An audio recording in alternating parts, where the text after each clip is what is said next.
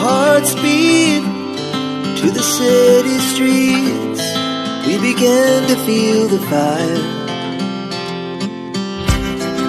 We rise like tall buildings as the chemicals they take us higher. The night's young and it's just begun as she puts her hand in mine.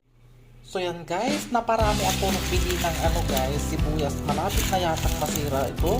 So ayan, itatanim natin guys, i-try natin kung tutubo pa sila. Ayan, as you can see kasi, ayan, malambot na oh.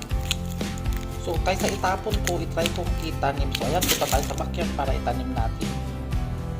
So yan guys, dalawang paso ang pinagtaniman ko. Ayan, diligan natin para mas madaling mabuhay at tutubo yung sprouts.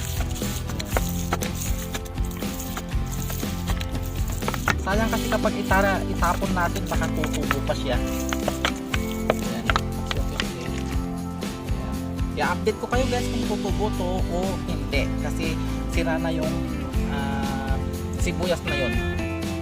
So yan guys, ayan na yung nabubulok noon na over grocery ko noon ng onion. Ayan, tumubo na sila. Ayan na. Akala ko hindi tumubo noon yun. Pero ayan. Ayan o, lalaki. Tumubo siya.